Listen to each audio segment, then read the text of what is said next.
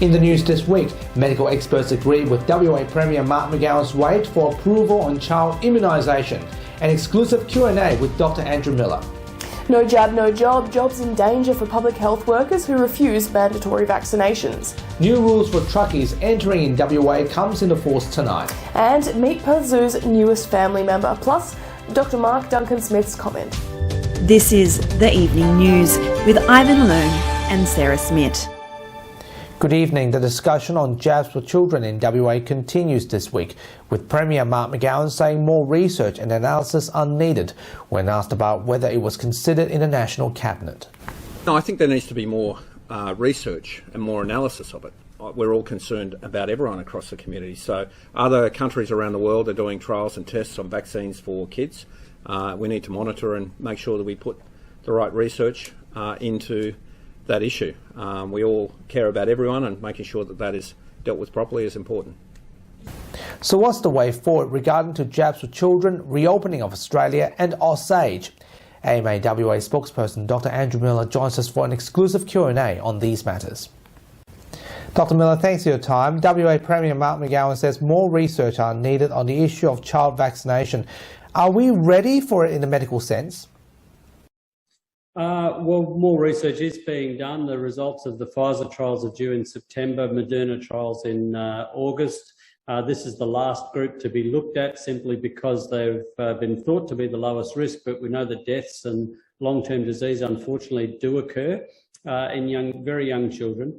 And so we need to get these trials finished, and we would anticipate that there's no biological reason why, like everybody else, we would not be expecting that there will be a vaccine available for young children very soon. So do you agree with the Premier's stance at the moment? Well, I think that he's correct to wait for the advice of both the TGA and ATAGI, the group that advise on vaccination. Clearly, we need them to give the thumbs up. But because that seems to be likely, and in fact, in some places they are already immunising young children who have disabilities and so on, we would expect that there's no biological reason to think that we wouldn't be flowing on to the youngest children. No magical difference between a 10-year-old and a 12-year-old, for example. So we should be seeing this coming online soon once the trials are done. And we know we're getting more information all the time that long COVID in particular is a real problem in these young kids. And we just don't want to condemn them to a life of post-viral fatigue, for example. Meanwhile, new rules have been announced regarding truckies entering into WA. Will the 3-day negative test rule be enough to strengthen the hard border and stop the Delta variant? Well, rapid testing is going to be part of all of our futures, and it's good to see they're bringing in rapid testing for truck drivers coming in. In fact, very soon, I think it'll be expanded to others, probably people getting off planes or trains, automobiles, however you're coming into the state. And even people going to things like sporting matches within Western Australia, it's likely we'll see rapid testing being used. So anything that increases the amount of rapid tests out there is a good thing, another step in the right direction, because we're going to need lots of different things to keep Delta out. And this is one of the useful things that will still be in place even after we're vaccinating, because vaccinated people can spread the virus. Even when we get to very high levels of vaccination, we will still need to do this kind of thing. So is there a multicultural outreach issue when it comes to vaccination in Western Australia? Oh, well, there's absolutely a multicultural outreach issue, as we can see from the distribution of the vaccine being primarily into richer postcodes. And so we need to counter that, and we need to be making sure that local communities are involved and resourced to be sending out a positive vaccination message. This week, the Australasian and independent group of experts was announced. What difference will they make, especially when it comes to reopening Australia and the Delta variant? Well, Australasian is a very exciting initiative. It mirrors the group of experts which respond to emergencies in the UK. It is not a government organisation, so it's independent, and it's a wide range, a diverse range of academics, from everything from healthcare to architecture to ventilation engineers, all the medical specialties, and of course Aboriginal Torres Strait Islander representation and so on. It's a values-based organisation that I'm proud to be involved in, and it will be providing peer-reviewed, solid answers for questions that people have in order to provide an independent response that people can use to test the kind of assertions that we hear in the media every day. It will be very clear thinking and an alternative message to that being put out by politicians, so that we can really tap into that resource that we have amongst our various academics and frontline people across the country. Dr. Andrew Miller, thanks for joining us, and we wish you good health as always. Great to talk to you. COVID-19 vaccinations will be compulsory for WA's public health workers in a three-phase plan to protect staff and patients. The state's top doctor and nursing unions support the move, but jobs are on the line for those who choose not to vaccinate. Nelson Liu reports. Protecting WA's doctors and nurses to protect the community. Vaccination is now mandatory for health workers in the fight against COVID-19. It is vital that we ensure our entire healthcare workforce is vaccinated against COVID-19. This benefits the workers and the broader community. Planned in 3 stages, all health workers in public and private hospitals will need to be fully vaccinated by the new year. The first stage requires workers in Tier 1 facilities, including intensive care units and emergency departments, to have their first dose by October 1 and both doses by November 1. In the second stage, healthcare workers in all other hospital areas will need to have their first dose by November 1 to access Tier 2 facilities and be fully vaccinated by December 1. And a first jab will be compulsory in Stage 3 to access Tier 3 facilities, including Department of Health and Public Support Services from December 1, with full vaccination by January 1 next year. Corrections mean that it is a legal requirement for the healthcare workforce to be vaccinated against COVID-19 in order to attend their workplace. Workers choosing not to be vaccinated risk losing their job. If an individual does not wish to be vaccinated, they will need to seek other employment. The Australian Medical Association WA and Australian Nursing Federation are backing compulsory vaccinations of their health staff, but there are concerns of a heavy hit to staffing numbers by workers who choose not to get vaccinated. The AMA in WA doesn't think unvaccinated health staff will leave their job. We think, certainly from the medical fraternity, this would be a very, very, very small percentage. But for nurses, the ANF in the other states, I expect it'll be around about 8 to 10%. And while WA's hospitals remain at risk and a potential collapse when borders reopen, they believe there are better options. I'm hoping that rather than sacking people, rather than terminating people, that we simply put them on leave. That would be a far better outcome. Nelson Liu, WAMN News. From midnight tonight, all truck drivers from high or extreme risk states will need negative tests 3 days before arrival. Under the new rules, proof of receipt of at least one vaccination dose will be required, or else drivers will not be allowed to enter WA. Truck drivers coming in will also be required to use the G2G Now app. Drivers who have taken the test but do not have results yet will have to take a rapid antigen test at Eucla and Kununurra. This decision comes after 2 truck drivers who tested positive arrived in Western Australia from New South Wales last week. All 25 of their contacts have since tested negative. Meanwhile, in other news, the state government has announced a record investment of $875 million on social housing in next week's state budget. Under the scheme, 3,300 homes will be available for the next 4 years. Premier Mark McGowan and Housing Minister John Kerry toured the newly built units in Success this morning, stating that the total social housing investment will be more than $2.1 billion. This is the biggest increase in spend on public housing in history, and it means that we'll be able to provide many more opportunities for people who need public housing. It's pretty good that we got 3,000. I'm pretty happy with that, but it's not enough. We can't wait for 4 years. We want the people off the streets where they can be safe and secure. A man has died after a fatal crash at the Grand Farmer Freeway tunnel late Friday night. The incident happened at around 10:45 p.m. when a motorcycle crashed near the eastbound tunnel exit, killing the male motorcyclist. Police closed the eastbound tunnel entrance and turned around vehicles as major crash officers were seen scanning the scene of the accident. The cause of the crash is yet to be determined as investigation continues. Fremantle's mayoral candidate Maria Vucic has officially launched her campaign for the top job, shortly after former Greens MP Adele Carles put her hand up for the race. Mrs Vusic introduced herself and her council team on stage at the Croatian Community Club, calling Fremantle a city in trouble and vowing to fix its issues. I am an independent, non-politically aligned person who will keep an open mind when I am dealing with issues in the city.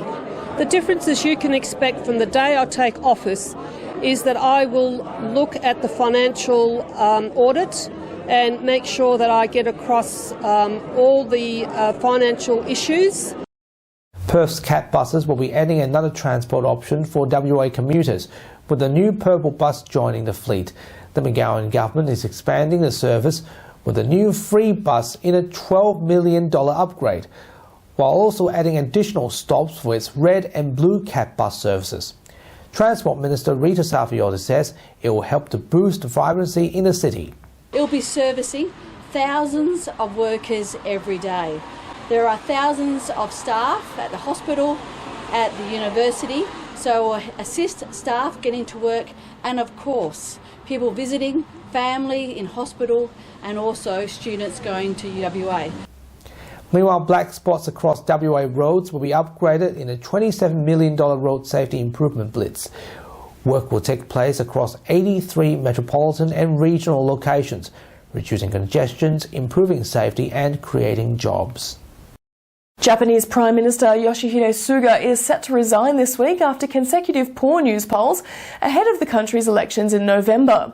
Mr Suga has only been in the top job for a year, as skyrocketing COVID cases and the country's controversial COVID Olympic Games have dogged his government's popularity.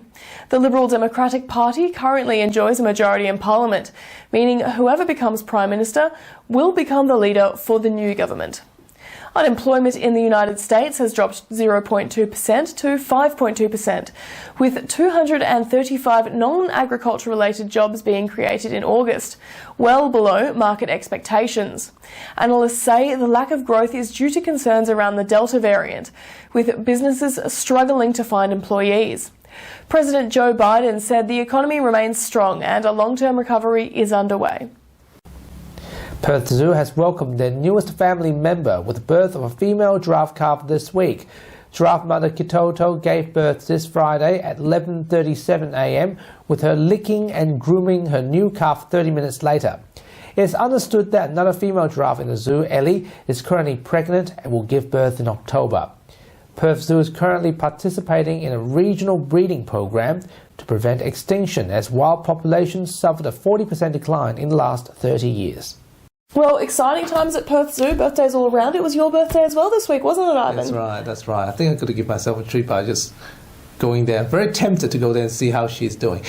But speaking of which, remember your piece to camera last year that the giraffe actually rested on your shoulders while you're talking? Yeah, well, we were at Perth Zoo talking about some of the giraffes as well. I did a piece to camera and one of the male giraffes made a cameo. It was very nice. I bet you're tempted to do that again. Oh, look, I do love animals. I can arrange it if you want to. And now, here's AMAWA President Dr. Mark Duncan-Smith with his weekly COVID-19 update and commentary regarding the New South Wales situation. Everyone there, doing a bit of an update today about COVID and what the 70 and 80% actually mean. We're all here from the politicians about what 80% is and what 70% is, but that's, according to the Doherty report, just adults, not a single kid vaccinated. So 70% of that they talk about is just 57% of the actual population of Australia, including children, and the 80% is only 65% of the total population, including children. So what's going to happen if we do that? Well, a lot of that's already in the Doherty report about what's going to happen to our kids. And in the Doherty report, they talk about 250,000 COVID-19 infections in the first 6 months. And that's going to represent 57 kids are going to die in the first 6 months if we do what Doherty says at the 80% mark. Now, that's really concerning. And what's even more concerning about this is there's another figure that's come out of the NHS, which is basically that 7.4% of kids that get COVID actually get what's called long COVID. And long COVID can include difficulty learning, can include epilepsy, almost like a chronic fatigue syndrome. They can get chest pain, shortness of breath, resting tachycardia, nausea, vomiting, diarrhea. These are all symptoms of long COVID. Now, if we apply that to the Doherty figures in the first 6 months, that means we're going to have 20,000 cases of long COVID in our kids in the first 6 months. If we apply, there's 5 million kids in Australia. If we apply that 7.4%, then we're going to have just over 350,000 cases of long COVID in our paediatric group. So that's why I've been rabbiting on in the media a little bit about that we should include the kids in this vaccination assessment. And that's especially true. It is true that there is no vaccine approved at the moment in the under 12s. However, there's research coming out of America, probably this month, which is going to show probably that the Moderna and the Pfizer are safe in children. And they're doing testing even down to 6 months of age. Now, at the moment, the preliminary concepts coming out is it's about a third of the dose of the Pfizer is going to be that for the pediatric group. And what that means is that one vial of Pfizer, which currently treats 6 adults, will actually treat or vaccinate 18 children. Now, where I'm going with this is if this does occur, we end up with a TARGI and a TGA-approved vaccine for children, well, I certainly, for one, would like to see us hold off for a month or so, or maybe even 2 months, to get the children vaccinated, to protect against that 20,000 in the first 6 months, and protect against the 350,000 cases of long COVID if we don't do anything and just let COVID go rampant. So I'm certainly advocating that in the public messaging. I think it is a case that if we don't do this, and some very esteemed academic people in America are starting to say this as well. What they're seeing in some of the parts of America, in the southern states, especially in Texas, where there's very, very low vaccination penetration generally, but especially also in the pediatric group, they're finding that their intensive care units are getting full and that they're getting kids with severe disease. The recent release from the Center of Disease Control in America is also backing this up, that they're seeing a significant number of intensive care unit admissions with kids that end up with COVID. So certainly from my point of view, I think that the kids need to be looked at, they need to be protected, they need to be cared for. That's our fundamental job as parents and also as members of society, is to protect the young and the vulnerable. So that's certainly my message today, is that we need to think about the kids, we need to take them into account, and we don't just leave them behind. So thanks for your attention, and I hope everyone stays safe out there. And Ivan, by the way, happy birthday. Hope you have a great day, and enjoy have a good birthday week. And that's Dr. Mark Duncan-Smith. Here's Leo with what's coming up on 6 News tonight. Thanks, guys. Tonight on 6 News, breaking news. Gladys Berejiklian issues a grim warning saying October will be New South Wales' worst month for COVID hospitalisation and deaths as case numbers continue to rise, but also confirms eased restrictions will still be going ahead at this stage.